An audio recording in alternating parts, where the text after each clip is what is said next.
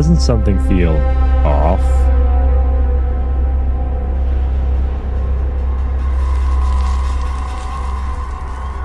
Do you also sense a disturbance?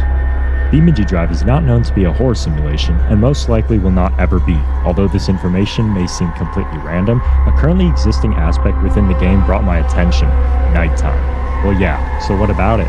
Depending on which map you use, which can apply to pretty much any of BeamNG's maps, it provides the environment and vibe with something that seems, yes I'm saying this, scary. I'll be trying a variety of techniques in order to demonstrate this in-game, so be prepared. Picture this. You're driving alone in BeamNG, in a dark and foggy forest, and AI traffic is disabled. A few thoughts could come across your mind during this moment. For starters, being alone in a video game at midnight might give you a sense of fear. Someone or something could be watching you. You could also, for absolutely no reason, be expecting a jump scare of some sort. Why? Ideas like this are often characterized by the setting of the game. In order to demonstrate these fears, I have my vehicle spawned in this random location. It is pitch black everywhere around me, and I'm on the East Coast USA map, so there are a lot of tall trees. Somewhere in a random spot, I have spawned in one AI vehicle, which is currently still. With the press of this button, the AI will begin to chase me. That is, if it can find me. What I'm trying to represent here is that there is actually something else lurking and trying to find me. I could be nervously driving down a dirt road, and all of a sudden the AI appears out of nowhere from the dark, potentially giving me a very large jump scare. This may be a little bit horrifying. I don't remember exactly where I spawned in the AI, but if I see any pair of headlights, I am turning around so fast. I'm also playing with no sound on, so I'm not able to hear the other vehicle. I might want to change paths often, so the AI doesn't find one clear way to target me from. Taking a little bit of a detour here. I just hope it doesn't crash, so it gets stuck on something and I have to restart. Nothing's happening, so I'm gonna have to check on the AI's progress. You know, I kind of expected that. I now currently have 4 in total. They're all around the map.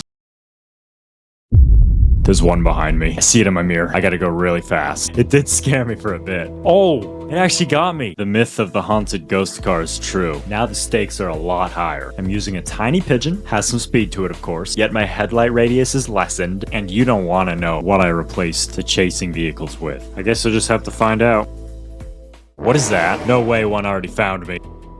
Oh, brother, this guy stinks! Wow, there's no way I just witnessed that. Well, now you know it's semi-trucks that were chasing me, but judging by severity of that crash, I doubt any of the others will be able to reach me. Destroyed, crashed, stuck, and crashed. But I would say it worked out, and it was actually quite scary at times. Another aspect which is important to recognize and include is in many cases, horror games and/or simulations do not always involve a vehicle.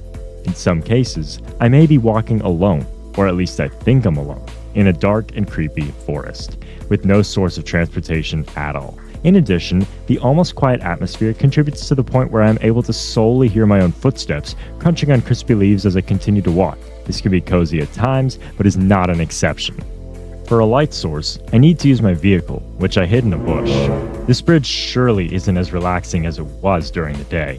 This is actually giving me a horror simulation vibe and experience if you were to ask me. I'm pretty sure this is the first time in the video where I actually have daytime enabled, and it is a large difference if you were to ask me. It does look very refreshing to finally see it. This is the complete opposite vibe of what nighttime had gave me, and I'm pretty glad it exists. Daytime doesn't last forever. Although I haven't explored too many maps in the dark, there are a few vanilla BeamNG maps to which I believe are the best when it comes to being scary and unsettling. Seen in the majority of this video, East Coast USA takes the cake as one of these, and for obvious reasons of the many trees, shady paths, and old-fashioned town. Another map includes Jungle Rock Island. There isn't much to say about it besides how it is an abandoned, rundown island with tons of trees, dirt trails, and rusted buildings, perfect for a disturbing night cruise.